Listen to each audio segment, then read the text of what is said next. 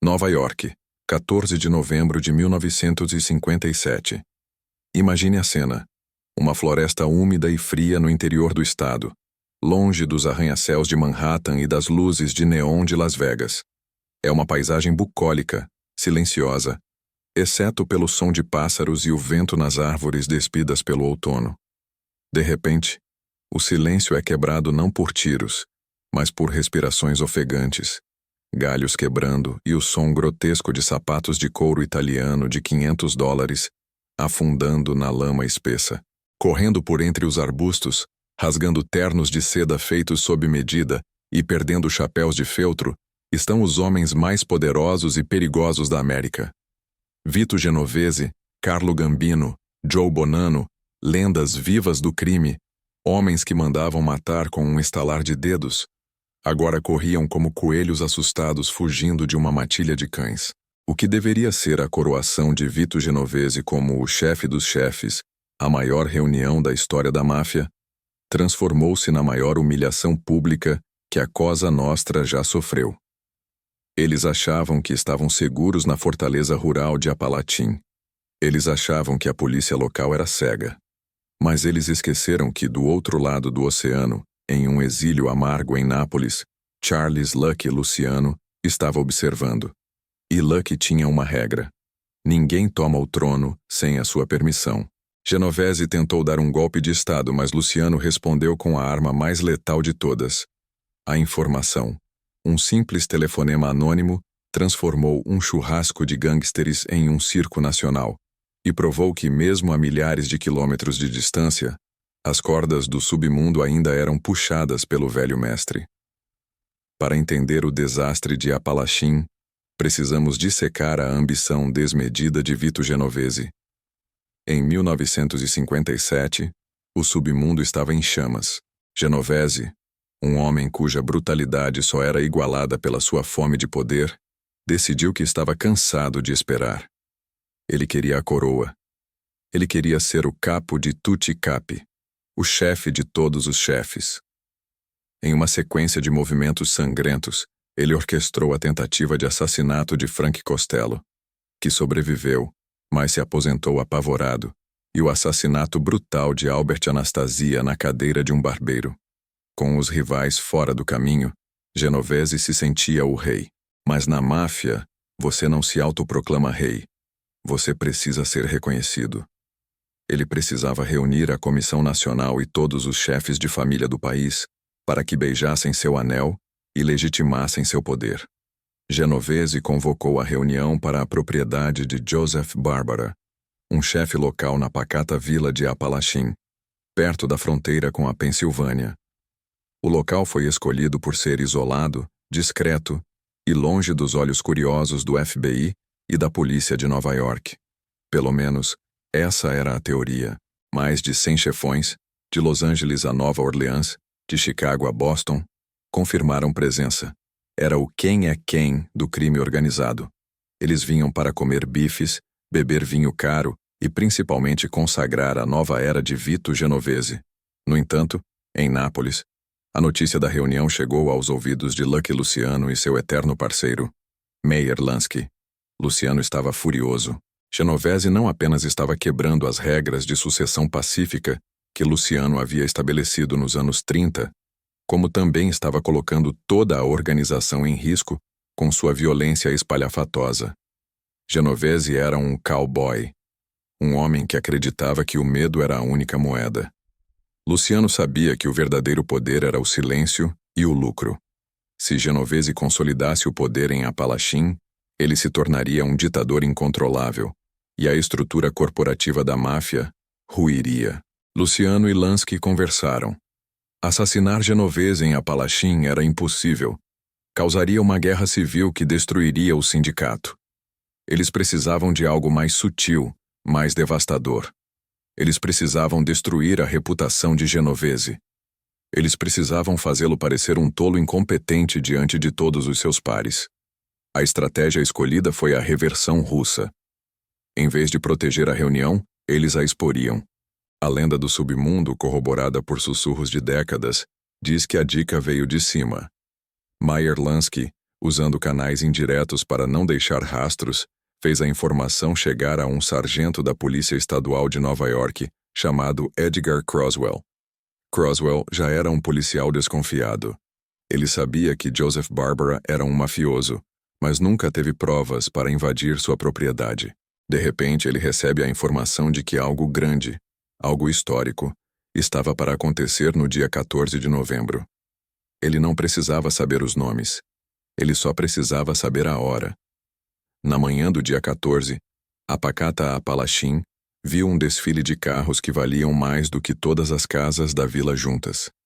Cadillacs pretos, Lincoln Continentals reluzentes, Chrysler Imperials. Homens em sobretudos de cachemir desciam com motoristas. A arrogância de Genovese era tanta que ele não pensou em camuflar a chegada. Eles estacionaram os carros no gramado, bloquearam a estrada de acesso, agindo como se fossem donos do mundo. Dentro da casa e na área da churrasqueira, o clima era de festa. Genovese, estufando o peito, recebia os cumprimentos. O cheiro de carne assada enchia o ar. O vinho fluía. Eles se sentiam intocáveis.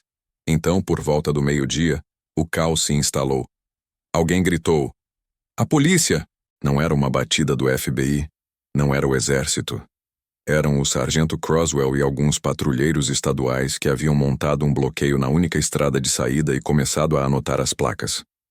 Para homens acostumados a subornar juízes e senadores, aquilo deveria ser um incômodo menor. Mas o pânico é contagioso e irracional. Quando os primeiros chefões viram os uniformes, a paranoia de que aquilo era uma armadilha federal massiva tomou conta. O que aconteceu a seguir foi uma cena de comédia pastelão dirigida por Fellini. Em vez de ficarem calmos, exigirem advogados e permanecerem dentro da propriedade privada, onde a polícia não tinha mandado para entrar inicialmente, os gangsters mais temidos da América decidiram correr.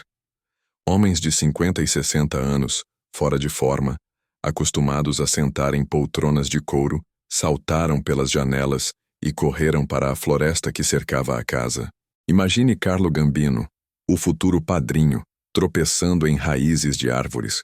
Imagine chefes de Chicago rasgando seus ternos de seda em cercas de arame farpado.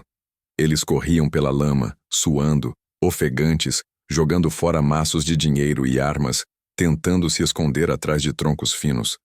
Foi um espetáculo degradante.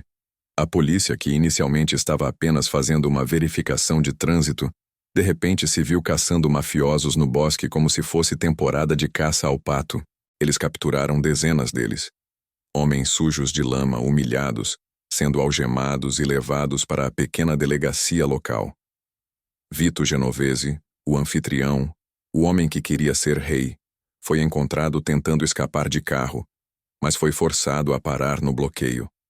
Ele tentou manter a pose alegando que estava apenas visitando um amigo doente para um churrasco. Mas ninguém visita um amigo doente acompanhado de 50 outros mafiosos de todo o país. A desculpa era tão patética quanto a fuga. A repercussão foi nuclear. Até aquele dia, J. Edgar Hoover, o diretor do FBI, mantinha uma posição pública absurda de que não existia máfia na América. Ele chamava de invenção da imprensa. O desastre de Apalachim tornou essa negação impossível. As manchetes de todos os jornais do país estampavam as fotos dos chefões presos, seus nomes, suas conexões. A máfia foi arrastada das sombras para a luz do meio-dia. O véu de segredo que protegia a organização há décadas foi rasgado em pedaços. Para Vito Genovese, o resultado foi catastrófico. Em vez de ser coroado, ele se tornou o asmerrer do submundo. Como alguém poderia respeitar um chefe dos chefes que liderou seus capitães para uma armadilha tão estúpida? Sua autoridade foi minada instantaneamente.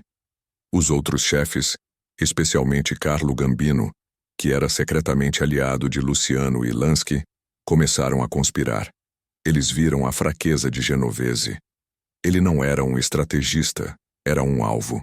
Em Nápoles, Lucky Luciano lia os jornais internacionais com um sorriso de satisfação.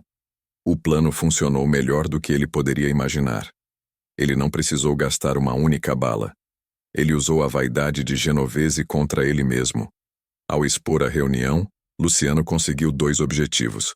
Puniu Genovese pela sua insolência e forçou o FBI a focar em Genovese, aliviando a pressão sobre as outras famílias que souberam se reorganizar nas sombras. A vingança de Luciano não parou por aí. Enfraquecido e vigiado, Genovese tornou-se paranoico e descuidado. Pouco tempo depois, ele foi preso em uma acusação de tráfico de narcóticos. A ironia final? Acredita-se amplamente que essa acusação também foi fabricada ou facilitada por uma dica de Meyer Lansky e Luciano. Eles armaram para que Genovese fosse pego em um negócio de drogas que talvez nem existisse da forma como foi relatado. Genovese foi condenado a 15 anos de prisão, onde morreria, ainda acreditando ser o chefe, mas reinando apenas sobre uma cela fria. O legado de Apalachim foi profundo. Mudou a forma como o governo americano combatia o crime organizado. Levou à criação de leis mais duras, como a Lei Rico anos mais tarde. Mas dentro da mitologia da máfia, Apalachim é lembrado como o dia em que a inteligência venceu a força bruta. Foi o dia em que Lucky Luciano provou que você não precisa estar na sala para controlar a reunião. A imagem dos chefões correndo pela floresta tornou-se um símbolo da decadência da velha guarda que não soube se adaptar. Genovese queria glória, mas encontrou lama. Ele queria respeito, mas encontrou ridículo. E tudo isso porque ele subestimou o homem que estava sentado em um terraço na Itália, tomando um café expresso e segurando um telefone.